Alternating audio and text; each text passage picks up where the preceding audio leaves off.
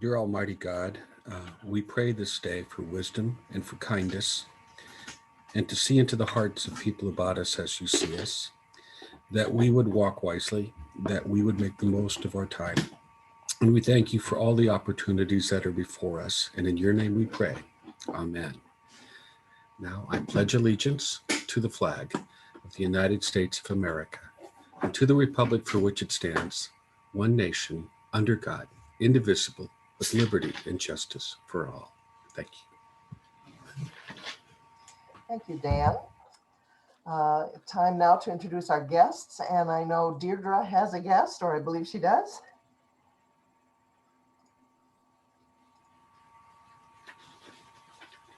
Hi, everyone. Sorry, I was trying to get to unmute. Yeah, I have Sherry King with me. Sherry is the hospital administrator here in Marshalltown. She's just submitted her application for membership at Rotary. Sherry and her husband, Jim, moved to Marshalltown, I think, back in November, sometime around there. So excited to have Sherry with me and give you all a chance to see her and be introduced to her once again. Great. Welcome, Sherry. It is very good to have you, and we're happy to have your membership application. So, yes, thank you. Yeah, thank you. I have a guest. My husband, David, is here. Are there other guests to be introduced?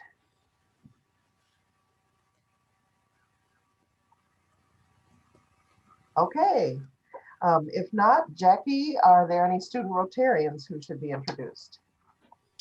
I did not see any in our list of participants. Okay. Thank you very much. In the way of announcements, our attendance last week was 36 people who attended on our Zoom meeting. I wanted to remind folks that we are now hoping to start raising money for the 13th Street mural that Rotary is planning to sponsor. Our goal is to get $2,500 in donations. We have $1,800 presently. So please think of us when you're getting your checkbook out.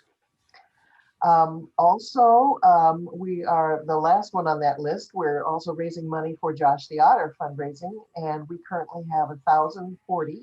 I believe the goal there is around 3,300. So two very worthy projects. If you are so inclined, please let Kim know or one of us. Reminder that next week we will begin to have in-person meetings out at the Elmwood Country Club again. We will continue to offer the Zoom as an option, but we're really looking forward to seeing many of you in person as you feel comfortable. And you'll probably be receiving a note from Kim, a reminder that you'll need to put in your dinner reservation beforehand. I want to give a special welcome also to Cynthia, who goes by Boo Monsager, and Cynthia is joining us today. She's waving her hand at us. Thank you. Thank you, Boo. She is now officially a new member, so we're glad to have you with us today, Boo. Those are the announcements that I have. We're ready for happy news.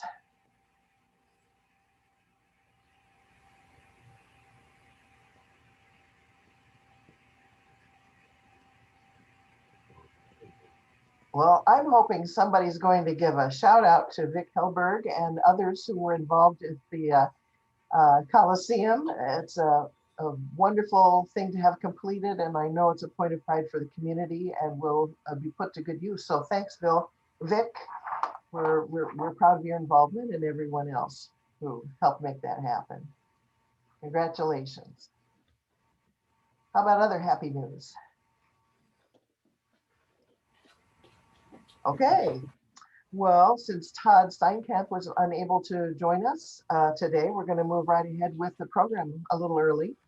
We're all looking forward to hearing from Sue. So Dan, would you please introduce her? Thank you, Mary. Our speaker today, we're very privileged to have Sue Cahill of the Iowa House of Representatives. Sue is a 30-year resident of Marshalltown. She knows this town very well. She raised 6 sons, along with her husband, John, who unfortunately passed away with cancer in 2006. Sue has been a teacher in the Marshalltown School District for 23 years. So she has a very good handle on education and on what's happening in education in our area. She's a member of the Marshalltown City Council. She's a member of the Marshalltown Business and Education Alliance and is the first term representative for Iowa House District 71. Please give a warm welcome to Sue Cahill. Thank you. Thank you very much. First of all, I'm a past city council member. I had to swap my roles here as I took on the position and ran for House District 71. I also want to say I'm in a community room here. One thing you learn when you get to the House is that your space is your desk on the floor. And that seemed a little too public today. So I'm in one of our staff rooms, but there are other people using the room. So you might hear some background noise because of that. And they are very kind to let me sit in their facility. I have a few remarks that I'd like to share with you, but I am also open for your questions, and I want to listen to you to find out, what are the issues that are compelling you. Again, thank you for having me. Thank you, Dan, for inviting me to come and speak today. Again, this is my first year, my first term as the Iowa House of Representatives, and I have to say I've learned a lot of things. Number one, I have not been called a freshman in a really long time. But yes, I'm constantly reminded that I'm brand new to this and I'm learning every day. Another thing I've learned is rules. There are things that they have rules that guide the rules. We had to pass some laws to approve the rules. So it's a very well-oiled machine here at the State House. We also have a lot of meetings. Another piece, if you think back to your days when Schoolhouse Rock was a big thing on that Saturday morning cartoons, that you would hear that when someone presents, how does a bill become a law? Well, when someone submits a bill, it gets sent to a committee. Currently, I sit on the Education, the Labor, and the Veterans Affairs Committees, and the Education Appropriations Committee. So they assign the bill to a committee.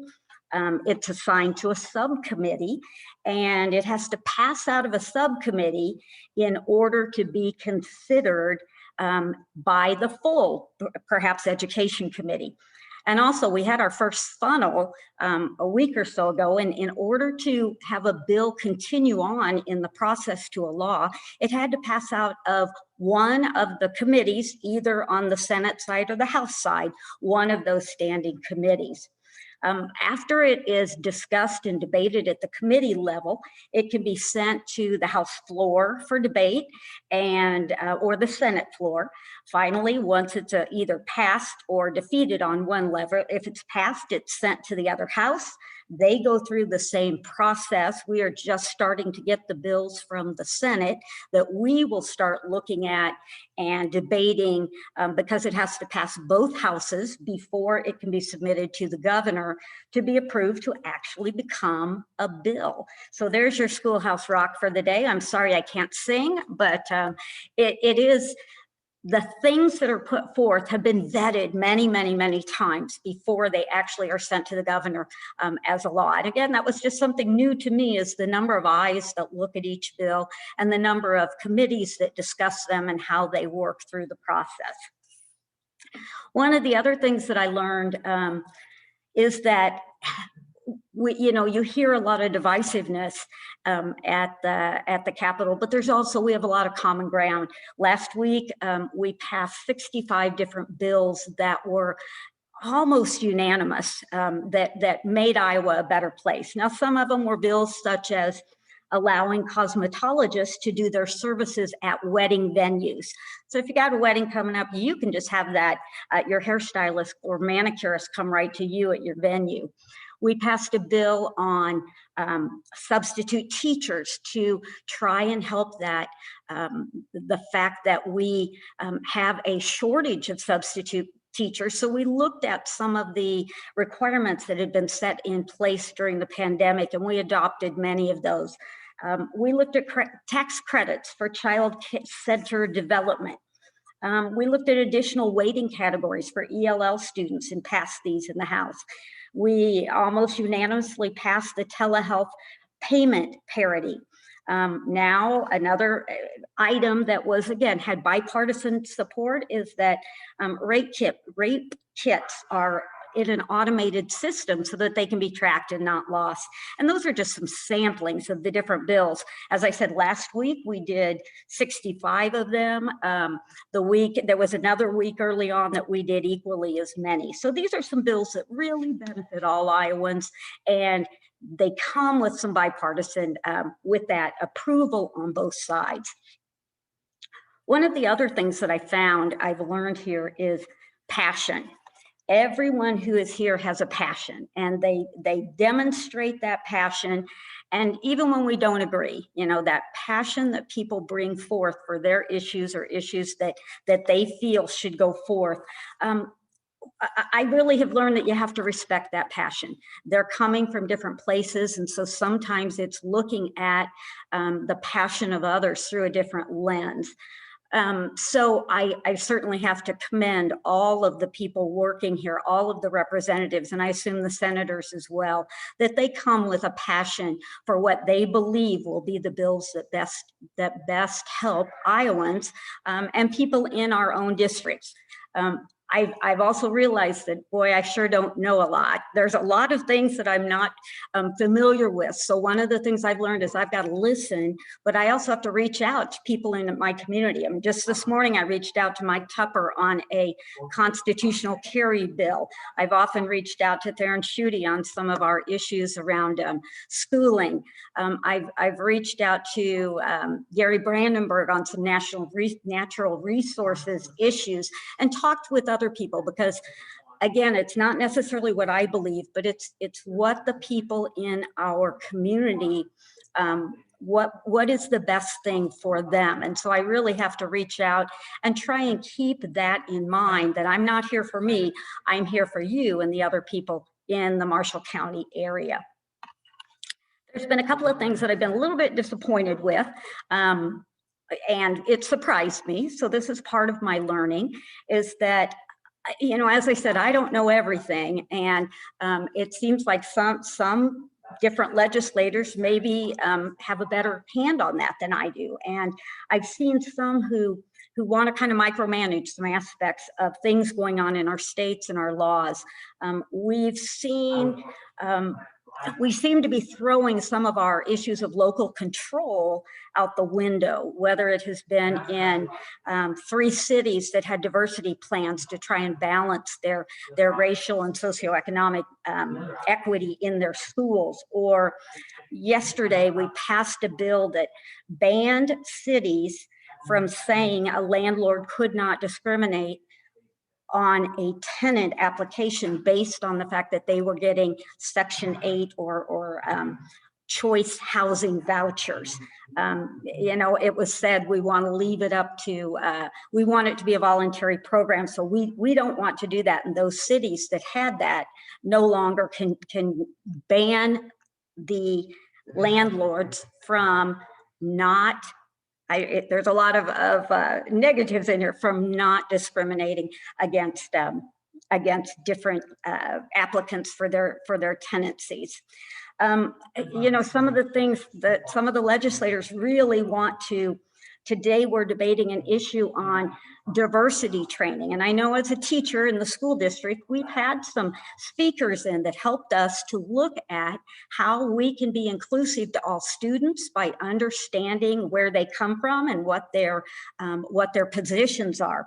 Yet today, we are debating a bill that says diversity training for all schools and many state government agencies. You need to have this diversity training, but you can't mention any divisive issues, such as that there's an implicit, a system of systemic racism, or that there is an implicit bias. So to me, it kind of whitewashed what we're doing and put it in, again, each community really, or each entity knows what their population is and what their people involve. And so to have a one-size-fits-all diversity training for everyone doesn't seem to fit the need to me. Again, telling schools what they can teach, or how to keep their students safe. Those are some areas that I feel we've done some micromanagement and taken away that local control issue. So that's been disappointing to me in our time of COVID relief or of COVID and our pandemic. We have not done much work to try and help everyday Iowans. We did one tax relief bill, but to me, that's certainly not far enough. I feel that we need to, and the Democratic Party have put forth some bills that just were not taken up. We need to be funding our food banks, and we need to make sure people have that security of food, and to make sure that they're not going to be evicted during this emergency time, and to provide some background help for them. You know, these are the people we see every day. And we know that there's federal funding coming through, but I do think there's some programs that we can use here in Iowa to help our individuals make it through this bumpy time. We will be debating a bill next week on unemployment that will lessen the unemployment benefits. And again, this is at a time when people are struggling, and we need to be reaching out to Iowans. So part of the last thing I've learned is that again, we need to be respectful of each other. Our passions come through, and we see that, you know, people can get very emotional about the issues at hand, and people believe in them very strongly. But I saw an oversight committee meeting last week where it was very disappointing that people were demeaned. And to me, it seemed like when the discussion was about how to stop bullying, it seemed to me some of the legislators were bullying the guests, and that's very disappointing. You know, as a teacher, we don't let our kids do that. We teach them and we model, how do you address disagreements? How do you come up with a solution that we can both work on? And that's been a disappointing thing. I haven't seen a lot of that. Let's discuss it. Let's look at how we can work together. Again, I know people are passionate, and I appreciate that. And so those are some of the takeaways that I've had here at the Capitol. What kind of questions do you have? I'll try to answer. Remember, I'm new, so that's one of those statements that I remember Homer Simpson used to say, "It's just my first day." It was like that when I got here, so I'll try to answer any questions that you have, and be happy to discuss any issues that are key in your world. Crickets. Don't be shy, folks. Hey, Tom. Hi, Sue. Yes. Hi, this is Dan. I just wanted to know if you could talk a little bit in more detail about the bill next week to lessen unemployment benefits. What's the current status, and in what ways do they want to lessen the benefits, and what's the logic behind that? The logic behind it, I'm not sure I can provide that for you, Dan. And I'm not on that committee, so I have a vague understanding of the bill. So give me a little grace on that. But several of the things that they're looking at doing is, number one, not providing benefits for that first week of that a person is unemployed. And often, if you have learned that Friday's your last day, that first week may be your toughest time. Maybe you've already spent your paycheck on rent and things, but yet you were like, I'm waiting on my next paycheck to get food, to get the things that I need for my family. So one of them was that they were going to wait a week before initiating the unemployment. There was also going to be some adjustment in the unemployment rates go up a little depending upon how many dependents you have. And again, I have 6 kids, and I know doing 6 kids is a little different from taking care of 1 kid, just in the cost that it involves. But yet there was going to be a cap on, the most, it would top out at 2 or 3 dependents. To be honest, I can't remember which one, but at a lower level, rather than providing some increased amount for the people you're responsible for. One of the other things was cutting it off at a shorter time frame, and not changing the length that people could gain unemployment. Again, I don't know the logic behind these. It's not that I think that looking at it financially, yes, we spent unemployment dollars here as we, through the pandemic, as we helped Iowans who, for whatever reason, didn't have jobs. And our fund is not as robust, but it's certainly not critical either. So again, I don't understand the logic for the bill. I think it's one of those that we should be working on to help everyday working Iowans. Hi, Sue. This is Carol Hibbs. Hey, Carol. Just want to thank you for your work. One of the things we're working on as the Y are some childcare bills, and I appreciated you participating in the Zoom meeting with the childcare providers at the end of February.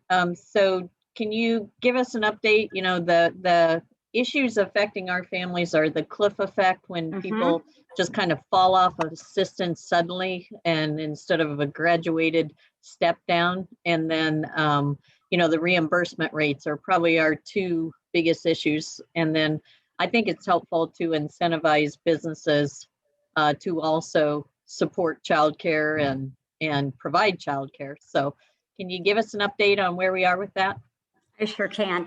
And this is probably 3 or 4 weeks ago, the House, we called it Childcare Week because we had a great number of bills that not only helped families who get assistance for childcare, it helped childcare providers, and it also helped companies that provide childcare services or would like to provide childcare services. Now, these bills all passed through the House, and to be honest with you, I'm not sure where they are in the Senate.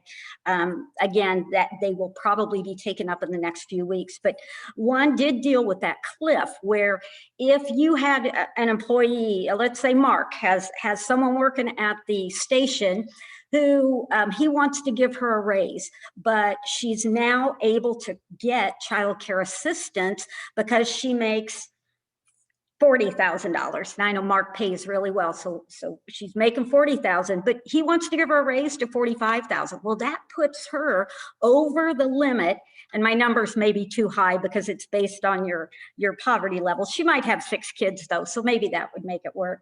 But because she immediately went over that limit, the previous law was that she just had to be dropped from the rolls. And so she gets a $5,000 raise, but suddenly she's picked up $15,000 in childcare expenses for the year. So what Carol was talking about is we put into action this cliff effect so that if she gets a raise to $42,000, her childcare subsidies would be reduced. If it went to $45,000, it would be reduced again. She doesn't just drop off. It provides that sliding scale to where she gradually would be released from the roles of those receiving assistance in the childcare through childcare subsidies. So that is something that the House did pass. We also looked at childcare providers because, you know, we know that these are people who love and care for our children, and often they are some of the lowest paid employees in our systems. There were some reimbursement funds that a bill passed that would say we're going to increase ours to 50% of what the national federal reimbursement was, which was a gain from where we were. We had put an amendment forth to try and increase that to 75% to help quantify the work that our childcare providers do and to help put them on a wage that would help them be able to have a living wage. The amendment didn't pass, but we did increase the subsidies that they get in some different instances. And finally, we did pass a number of tax credits. So if a business in Marshalltown says, wow, we want to build a childcare facility for our workers, maybe the school system, maybe the hospital system. We're going to build a facility and staff it. There are tax credits available now that will help offset those costs. Because yes, we learned in the Zoom meeting Carol talked about, and through information we get from our providers and our state resource and referral system that childcare is a tough thing. During the pandemic, it's been very tough because oftentimes parents were at home, so they weren't sending their children to childcare. So it has been, we have lost an incredible amount of childcare providers in the last 5 years. And Carol's group showed some very specific data to Marshall County of where our childcare dollars are and where our childcare providers are. We also have some, they call them deserts for those who need to work second shift or even a third shift. Very difficult to find quality childcare and people who want to take on that role and make it their career choice, so that they want to be able to earn enough money to make it worthwhile for them to do. Any other questions, Carol? Did I cover that? You did. Just one quick question. Do you know, are they looking at stepping up the entry level for the reimbursement? Or for the childcare assistance? I think so, Carol. I would have to double check on that to be sure, but it was discussed, I know, to make that so that it was, again, more that more families could take advantage of that. I think previous it had been maybe at, I don't have my statistics in front of me, but it maybe 145% of poverty, and we were looking at trying to raise that to a higher level. Yeah, I think that was the issue that I think was kind of left hanging there, that if we could get that addressed, that might be helpful. So maybe they can do that on the Senate side. That would be great. That would be great. Contact your senators. Thank you. Thanks, Carol. I see. Is your hand up, Sue? Sue Yes. Martin, is your hand up? Yes, yeah, it is. Sue, I like Carol, want to thank you so much for taking on this role and bringing so much expertise into the legislature. I think that's wonderful. Well, thank you. I read something in the TR, I can't tell you when, and I have not followed this bill, and I suspect it didn't make the funnel, but was I reading correctly that there was something proposed that contraceptives would be available without prescription in the state? Maybe I read that wrong. You know, I don't think that I can comment. Just because I don't know offhand. I would have to go back and refresh. It has not been discussed in the House, and it has not been in any of the committees I've been on. So I'm sorry I don't have an answer for you on that, but I'd rather say I don't know than give you wrong information. Sure. No, but I'll look that up fine. for you and see if I can't send you something to see Okay. where that's at. Wonderful. Thanks, Thank you. Sue, for asking that. Yeah.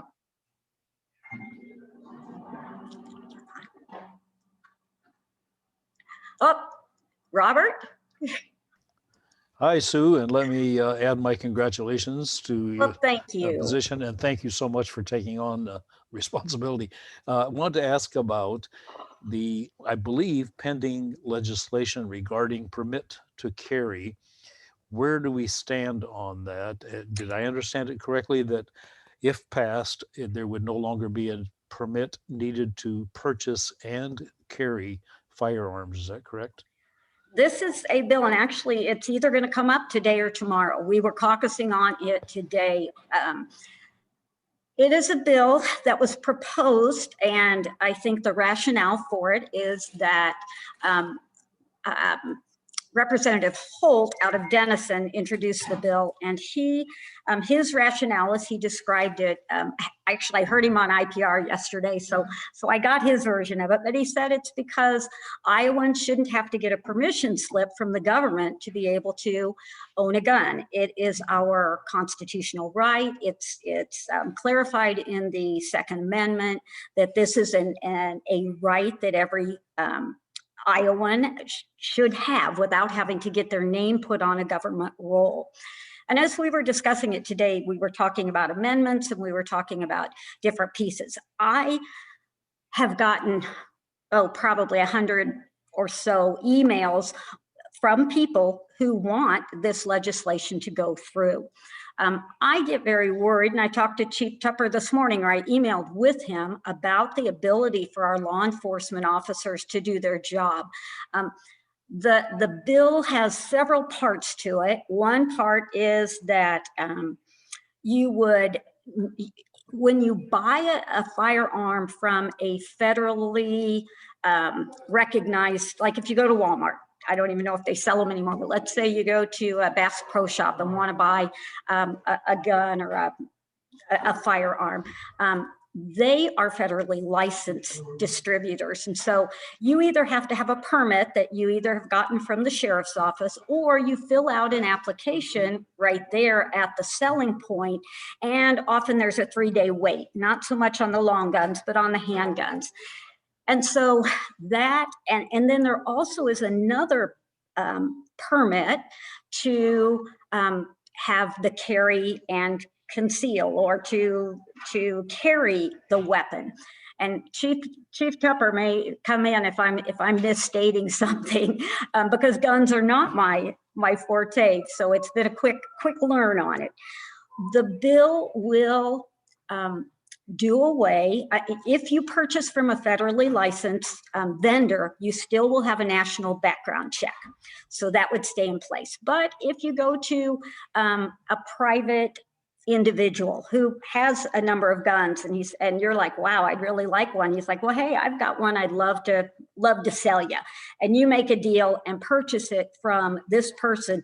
You do not have to get a permit or register with the sheriff or let anyone know that you've made that transaction. As they're looking to discuss the bill, I think there is an amendment that would say that the seller needs to kind of reasonably be able to know if the person was a felon or a domestic abuser or had mental health issues. Again, that's really hard to judge when you're meeting someone for the first time and want to do a transaction with them. So I think that the bill, number one, puts our law enforcement folks, it takes away some of the ability they have to do their jobs well. Number two, there's some components to the bill that says that you could carry a gun if it was wrapped or in a container onto a school bus. Do we want guns on our school buses, even if they're unloaded or wrapped up or for whatever reason? They could also bring them to the Capitol. That, it takes away some of those provisions that we've had in the past that would limit certain areas from having guns, or making sure that we have background checks and that people who shouldn't have guns aren't getting them. Again, I respect the First Amendment rights. I appreciate people who enjoy guns, who hunt, who use it for target practicing, or really feel that they have a need to protect themselves. But I do think there's some common sense ways we need to go about doing that. And again, those background checks are vital, and keeping them out of the hands of people who, through past actions or past illnesses, shouldn't have guns to them. Did that answer your question? Well, yes, and I would like to add, as a mental health professional for 20 years, I did a lot of counseling here at Center Associates, and I was as a teacher for much, much longer than that. Yeah. At the college level. I am concerned that we might be sliding down a slope that would someday allow a person to get a gun and put that gun inside their coat pocket and make it onto Marshalltown Community College campus and be in my intro to psych class. And I know some of these folks that I've worked in mental health capacity with. I really think that this is just Bob Moore speaking now, Sue, but I believe keeping a background check in place is essential. And I also believe that monitoring the purchasing and certainly the concealing of weapons is essential, and also keeping it possible for Marshalltown Community College, as they do now, to have a sign that says firearms not permitted on this campus. Those are the things as a bundle that I am concerned about. So as one of your constituents, I'd like to make that voice known. Thank you. I'm for not relaxing some of those restrictions. Well, I just read in the paper this morning about and I believe it was here in Iowa, a father who accidentally shot his son in the foot with a firearm. I didn't read it in depth to see what the circumstances were, but anytime we can do away with gun injuries or lessen gun violence, I think that's where our gun laws should go. How do we keep people safe? Again, I'm not against guns by any means. I have a brother who greatly enjoys them and has a full arsenal of different types that he enjoys sporting with and target shooting and does some hunting. And I appreciate that. And again, I understand that it's your right, but I do believe in some common sense just to keep gun violence down, to keep gun injuries down. So thank you for your question, Bob.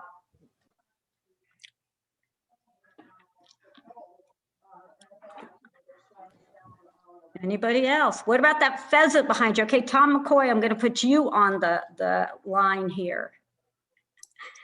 I wonder when you're going to get those big pieces of tree out of your yard. So They my neighbor are. looks better. They're gone?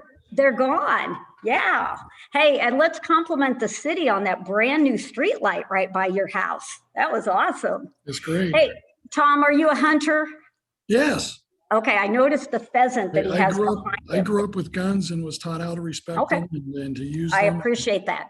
I appreciate that. Do you do deer hunting? I haven't done that for some years now. Okay. But I've done Well, more. the reason I ask is I reached out to Gary Brandenburg, our past natural resource officer who still writes for the TR, because there are some bills about expanding some of the deer population culling or whatever word of maintaining and managing our deer population. And again, it was a bill that I know nothing about hunting. So as I said, I try and reach out to people who I know are experts in that area to get some different perspectives. And so that was a bill coming up. And so I didn't know if you had any comments on that, but there were a couple of natural resource bills coming up. And so I just, that was kind of interesting. And Gary was very helpful in helping me understand the different nuances that take place when you're thinking about what your local area. This was another area that they were kind of looking at. How can we make a one size fits all for the state, where really each county needs to manage their deer population because of, keeping it, number one, to keep our tourism and our hunting and those, keeping it a sporting area, but also just to make sure that each county knows what's best for that area. So sorry, I didn't mean to pick on you, Tom, but you're fine. I'm all for local government and local decisions. I'm all for that. And I will add what you mentioned on the city lights that are coming up. I actually went about a week ago when that light went up. I didn't realize it, and I went outside. I was like, "What is going on?" I couldn't believe how much light there was on the street. I thought Chief Tupper was there spotlighting my house or something. But it's great. Those lights are beautiful. Well, they were, yes. Tom lives across the street from me, and I noticed it one night when there was no light, and this must have been when they were putting it in, but compliments to the city on replacing those lights. And it's a beautiful, it's not just a steel pole, it's a lovely black matte finish. I'm sure it's an LCD light of high magnitude of some sort to help keep those electric costs down, but it's a nice piece. Yeah, very well done. Mm-hmm. Well, I also want to compliment Vic Helberg and all the people from the city and the community who worked on the Coliseum. That was just a lovely event yesterday morning and a lovely facility that it's something we can be proud of. So that's just, those are the good things happening in Marshalltown that 2.5 years in the making, but a great outcome for that. Congratulations, Vic. Thank you very much. It was a real joy to be part of. Yeah. Anything else I can answer for you? Hey, Sue. Yes.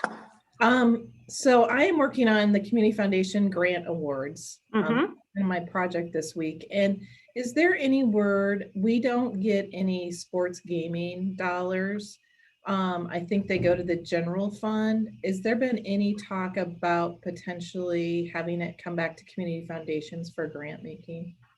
I don't know, but I certainly will investigate that. I was talking with some of the folks from Iowa Valley yesterday that talked about they received some of the casino gambling money for some of their programs to help adult learning and some of the different college programs, but I hadn't heard, had that been done previously, Julie? Yeah, so we, Okay. as a foundation, since Marshall County does not have a casino, casinos, and it's only the people that walk in the casinos and, you know, play those games or play the slots.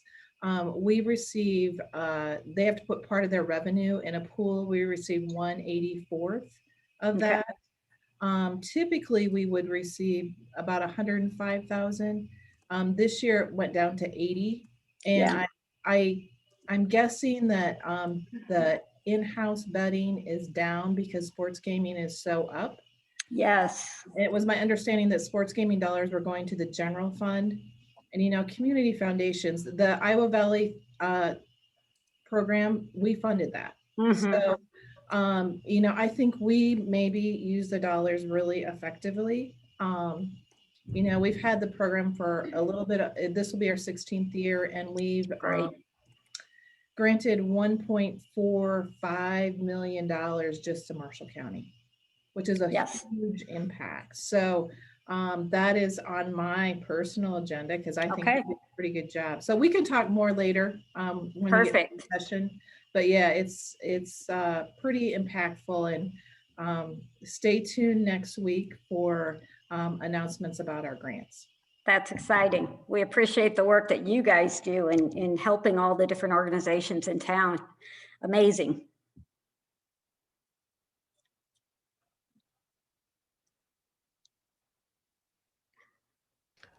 Sue, if I could jump in once more. Sure, Bob. This is kind of a philosophical question. How do you personally balance this need to make sure you're representing your constituents, and also you are a well-experienced and community-oriented and loving person, and you have ideas and beliefs and values of your own? How do you balance those sometimes competing interests? Well, very good point. Very good point. And that's something that I do grapple with. You know, you have to think, two thoughts that I have. Number one, I'm confident, or I feel empowered somewhat by the electors who voted for me, and the fact that I was successful, that I am hoping that represents a group of people who, through the campaign, through information, you know, my public life, that they have similar thoughts and beliefs of what I put forward. And again, I know we will never agree on everything, and so I always encourage everyone, please contact me, let's talk about this. As I said, on the gun issue, I have gotten very limited, and again, and I think it's probably just about communication and almost marketing of the issues. I've gotten hundreds of emails for people who want to pass this constitutional carry, and you were probably my first one that said don't do it. So again, it's a little bit, I'm trying to balance how do I represent my constituency and what is the real balance without, you know, calling people and finding out and asking them specifically.